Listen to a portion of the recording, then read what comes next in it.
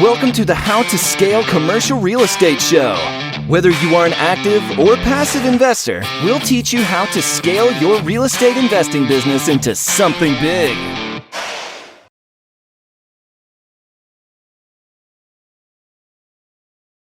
Hey, Ari, welcome to the show. Hey, Sam, how you doing? Really excited to be on your show. Man, this is great. Pleased to have you. If you can give our listeners and me, of course, a kind of brief introduction of you, where you started in real estate, where you are now, and how you got there. Absolutely. I've worked for about 12 years in corporate America, but after kind of the trials and tribulations, I found out I really wanted to have my own business and invest in something that I could own and build the asset class. So I started with single family home rentals. I was doing well. It was probably cash flowing $200, $400 a month. But then I did the math and I said, hey, it's going to take me 10, 15 years to get more financially independent. So let's make the leap to multifamily. So actually the second asset I bought was a 20-unit apartment building. I kind of skipped the duplex, triplex, quadruplex. And that 20-unit building is kind of the reason why I was able to accelerate my financial independence and leave corporate America. And kind of the rest is history. Since then, we've been doing a lot of joint ventures with folks that are interested in investing and really focusing on our area, our region, which is Central PA, and the multifamily asset type. Right. Now that's fascinating. I just want to pick up and reiterate one point you made there. A single purchase, 120-unit building really changed the trajectory, your financial trajectory. Is that right? That is correct. I mean, that seems like a pretty simple step, really, in the grand scheme of things. Like, no one tells you that when you're in school, you're getting your master's or getting your PhD, and they're like, hey, by the way, if you just buy this one thing, like, it'll really change your life. Like, where's that in the playbook? Yeah, no, it's serious, especially like for people that go through, MBAs, or you don't even have to. If you have a business, if you work for somebody else's business and you see it, it's simple, man. It's about getting your expenses down, getting your revenue up, right, and making the business do well. So like when we got the 20-unit apartment building, there was not a lot of competition because it was probably about 3 years ago. And that particular area was, there was people that were in that area that thought that was an overvalued asset. It was too small for out of town and institutional investors to pay attention to it. But basically, it was an apartment building that with rents at $550 for a 2-bedroom. We took it over, cleaned the place up a little bit, put in security cameras. People were urinating in the basement, marijuana in the basement, not a lot of good community cohesiveness. Paint, flooring, appliances, rents went up to $850. They shot up $300 because there's really a housing shortage in this particular region because you got a supply and demand imbalance. You have an area that is growing economically and the population is growing. Okay. It's right across a main highway that's 2.5 hours of New York City. You have even more accelerated migration from New York City and Philly in that area during this pandemic. Right. And there's a lot of new people coming in, but there's no new development and construction in multifamily. So, when you have that exacerbation of supply-demand imbalance, people that own assets are going to be in a good position, and multifamily assets especially that have been super resistant during this pandemic. I don't know your experience, Sam, but multifamily has been really resistant for us. Right. No, that's great. And is that the focus for you guys now? Is really the same kind of unit profile or size profile of building? Yeah, I think if I would sum up kind of what we're focused on is this middle space multifamily that is more that white space. If you look at the fourplexes, and every contractor in the market is going after those. Right. If you look at the 100-unit B-class pristine things, institutional investors, big syndicators going after, but there's a big white space in the middle that really not a lot of investors have been paying attention to in my market. So those are the things that, we go after. We're actually under agreement on a 14-unit right now that we're about to close. We just closed on a 21-unit portfolio probably 4 months ago. So we're seeing stuff is selling. Right. A lot of, older mom and pop landlords that, with all the CDC eviction moratorium and things are getting a little bit spooked. They want to get out of the game. So that we're there to help solve the problems for them. Right, right. That's fascinating. You say that. You call it white space. I like that. What's financing like on properties like that? Financing is probably with local portfolio lenders for the most part. It's not big enough to be like agency debt, but we're getting rates of 3.5%, 25-year amortization, 5-year fixed. So we're getting very good cash flow. We're working with local credit unions, portfolio lenders, and they want to finance this type of asset type. And I look for lenders that didn't participate very much in the PPP program with all this free government money going out at very low, rates that they're not making any money on. I've actually got a bank that strategically decided not to go into participate in the PPP too much just for their clients, and they've got a lot of money to give out, and 3.5 to them is a good deal compared to what they were getting around the PPPs. That's interesting. So you bought that one unit, and what did you said you raised rents $300 per unit, which is $6,000 a month. So that takes it to $72,000 a year. And if you sold it on a 10 cap, you increase value by what? $720,000 just in a very simple move. And then you said, hey, look, we're going to continue to buy this kind of similar profile. What are some challenges you're finding along, that scaling process? And what are some things that you've done right that you said, hey, man, that's repeatable. Let's keep doing that. Well, some challenges is actually one of the first things that we bought. We really locked into more conservative, longer fixed term financing. So I got a 10-year fixed at about 4.5. I didn't know what interest rates were going to do. And we actually executed a growth business plan, increased rents a lot. But I got some money kind of stuck in there because, we have conservative financing. So what I would say is a good lesson that I learned is, align your business plan with your financing plan. If you're going to have a growth business plan, get the short-term fix so you could refi and kind of snowball and then do the next thing. The longer-term fixed rates, that's a more conservative approach. So that's definitely something that we learned. So when you say longer-term, sorry to cut you off, but I'm curious what you mean by that. Longer-term fixed rates typically is something we view as good, and in this case, it sounds like you're saying this necessarily wasn't a good thing for you. It wasn't, because we added so much value so quickly, and then we wanted to kind of take that equity and reinvest it or redo something with it. But we can't because it's fixed on a 10-year fixed. I think there's 7 years left of it right now. And there are fees associated with, cutting out early at a lower rate. And so whatever your business plan is, and I'm not saying long-term fixed is bad. It is, especially if you get like a nice B-class pristine asset, just let it run its course.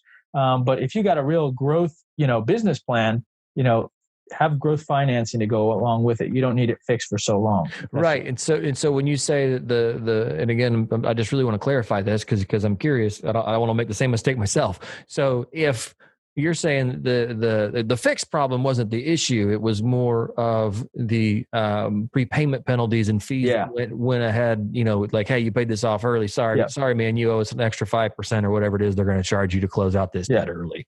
Exactly. It's not, it is the prepayment penalty piece of it. Now, I tell you though, if you get a 10-year fixed rate or longer term fixed rate on the mid-range multifamily, plus $1 million deals, I think most of them will have you pay a prepayment penalty or yield maintenance or something like that.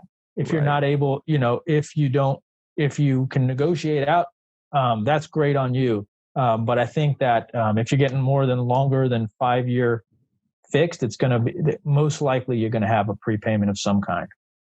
Gotcha. That's fascinating. You'd mentioned that your next step in the scaling process was you went from, obviously doing this one building unit yourself to then joint venturing with other people. Can you kind of talk to us a little bit about that process and kind of what that looks like? Yeah, because, you can invest in a REIT, you can invest in a syndication, a joint venture, you can do it all yourself. And there's pros and cons to all of it. And I have a full report at kapelrealestate.com/JV where we go into all of the intricacies. But basically, my point is REITs are kind of like a stock market, very, liquid.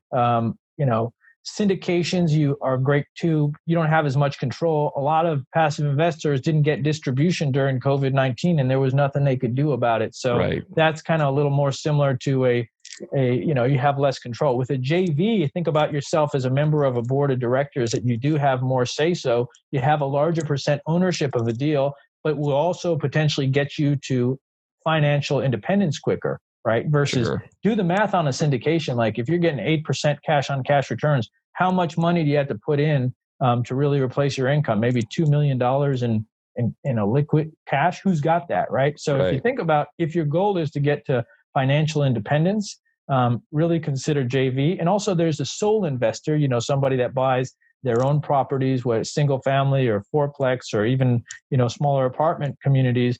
That's great too. But remember, you got all the reward, but you got all the risk there. And then you have to understand and really learn that business if that's what you want to do. And by the way, doing that while you have a full-time job, after a certain while, it's hard to do, it's hard to self-manage, or you got to build a business and processes. So, like I said, we have capitalrealestate.com/JV where we kind of go through all that, but that's kind of the benefits of JVs. Can you spell that website for us? Yeah, it is Kapel Real Estate, K as KAPEL realestate.com/JV. Got it. Kapel. Okay. KAPEL. All right. Just want to make sure we got that there on recording so that people could, look that up. We'll put that in the show notes as well, of course. But no, that's fascinating. So when you joint venture, how have you selected these partners? I'm just going to use that term, partners, to go into business with, and then how have you divided responsibility as you take on a project? So a lot of the folks are, people that are interested in real estate, want to get into it, and I have a relationship with, for the most part, people that I've met. And in terms of their involvement, has been, whether it's from an asset management. I usually do most of the asset management. In one deal, I do have a guy that is doing asset management because he wants to get better at that, and continue to do that. Another one is the taxes. I had a individual that was really concerned about the tax ramifications, wanted to learn about how to minimize his tax liability. So he wanted to own that piece of it. So he's doing that. And then another investor, another partner I had is really looking at, the financing aspect of it and guaranteeing the loan, because that person has less on their balance sheet, less loans. So, and when you look at smaller deals, not like that are less than $1 million that you're getting loans on and are not like, agency debt, a lot of times you have to guarantee the loan. However, there is a deal that we're working on that we're not guaranteeing the loan. Again, it's only at like 65% LTV, so we're putting a lot of cash into it. Sure. But there are different ways around it. And when you work with portfolio lenders and banks that you have relationships with, you'd be amazed at the different things that you could work out. Right. Now that's interesting, but it seems like in the day-to-day operations, so say you bring a joint venture on with a guy that's interested in the tax side of things, there's only so much they can do. They're more reactionary in their role, in that here's the data from the year. So, or maybe there is some planning that goes into it, but it's not heavy. It's not a heavy day-to-day operational focus. Yeah. So how do you say, hey man, how do you divide up percentage ownership and, roles and responsibilities, things like that? I think that can get messy in a hurry. Well, we divide up percentage ownership based on how much money you put into it and kind of what role and what role that you play on it. Right. Okay. So I kind of break up the role of a partnership in a couple ways. One is kind of the person that finds a deal, gets it under agreement, does the due diligence. That's one aspect. Another aspect is getting the financing, guaranteeing the loan, raising the money. Another aspect is asset managing it when you have it, when you're running it. Now, the tax part I would put within the asset management because, from a tax, I would say that there are ways to be proactive. For example, when are you going to have capital expenditures? What are reclassed as expenses? Why, when, where, and what's kind of your planning from a tax perspective? Sure. So what I'm trying to say is that, being in a joint venture, it's not something that's going to take so much of your time. Right. It's going to you're going to be able to decide what you want to focus on, what you want to learn, and how you can really add value and impact the business. So like I've had colleagues that I used to work with that I'm involved in joint ventures with, and they said, well, you know what? I really like what you're talking about real estate. I really want to work on this part of it. It's a little bit it's kind of like a level up from doing just a syndication as a passive investor where you don't have as much say and stuff like that. And that might be your speed too. It's really there, like I said, those four things, whether REIT, syndication, JV, or sole investor, that you have everything, different strokes for different folks. And I really like the JVs. So. Right. That's fascinating, because just a lot of things that you hear about partnerships is, these things have gone bad, or, pick your partners carefully, but it sounds like you've found a way to clearly define people's roles in these projects, and kind of the McDonald's, process where you plug in different people into the same position, no matter who it is. It's like, oh, this is your role and this is what you're going to get. How did you build that? How did you build that algorithm that says, hey, this guy's, capital raiser, is worth this, the daily, management's worth this, and the tax guys were, I guess you said tax was part of asset management, but whatever. How did you come up with that algorithm? I think it really depends on the size of the deal, but generally, like you say, hey, it's like kind of 70-30. The people that put in the cash, if you put in, say we had to raise $300,000, or let's say $700,000 to make it cleaner, and this person raised, put 100, you get 100 of the cash side of it, and then what aspect of the operations, are you going to play? It might be a smaller role, within asset management or within financing, or if you found out about a deal, hey, you got this great deal, you need help taking it down, bring it to me and let's take it down together. Let's put the whole package together. Let's put the whole business together and let's run with it. So that's kind of how I value the ownership stakes. Got it. So each asset that you buy kind of has its own business plan. Yeah, its own business plan, but its own moving percentages of what each role may necessarily bring or not bring. Yep. That is awesome. Have you had anything, what are some things you've learned along the way doing that? Some things, hey, I'd do this differently, or I really like this and I want to repeat that. I would say that one thing with asset management, I have one deal where somebody's, doing the asset management, but I'm also helping out with that too. Right. So like the thing about one of the most time consuming ongoing is the asset management. Sure. So that's got to be probably valued at a little bit higher than I had been valuing it in the past. Gotcha. Yeah, absolutely. I mean, tenant turnover. I mean, if you guys are doing all your own property management. No, we have a third-party property management company. Okay. Well, that makes it easier then. Even so, I would still think that would probably be that would be the largest time eater. Yeah. So that's really fascinating. Gosh, this has been loads of fun. I've learned a lot about partnerships and joint ventures and things that, just would not have considered. Let's jump into the final four if we can. Yep. If you're to distill everything you know down to one piece of advice for an aspiring investor, what would that one piece of advice be? Find your blue ocean, right? What are you going to be able to do differently than other people, right? What are you going to be able, like this middle space multifamily, it's got less competition. Right. So I was able to have more success. I would encourage everybody to find their own blue ocean, their white space that they can, have more success with. Right. That's awesome. What's one thing you're doing to stay on top of your game? I'm now doing a lot of self-improvement because from a social media perspective, I think that I've been reading some books. I've read the Gary Vaynerchuk Crushing It and some other things about how to leverage different channels, different marketing channels. I've learned a lot about from that. Right. I got you. That's awesome. And when it comes to giving back, what's one way you're making the world a better place? Well, what we do is in our community that we invest in, the main community we invest, we're on the Economic Vitality Committee with the mayor, and we're, buying vacant buildings, redeveloping them, putting, apartments in them because of the severe housing shortage that we're facing. It's really a service that we're providing to our community, nicer, good homes that people need to live. Right. Oh, that's awesome. And Ari, if our listeners want to get in touch with you, what's the best way to do that? You can set up some time with me if you want on kapelrealestate.com. And I would encourage everyone to go to kapelrealestate.com/JV to read our guide about the different ways to invest in real estate. Because, we've learned a lot over the years and want to share it with everybody who listens to this great podcast. Man, that's awesome. All right. Thank you so much for your time. I certainly appreciate it. And the best of luck to you in the rest of this year. Thanks, Ari. All right, Sam. Thank you so much. Really appreciate it.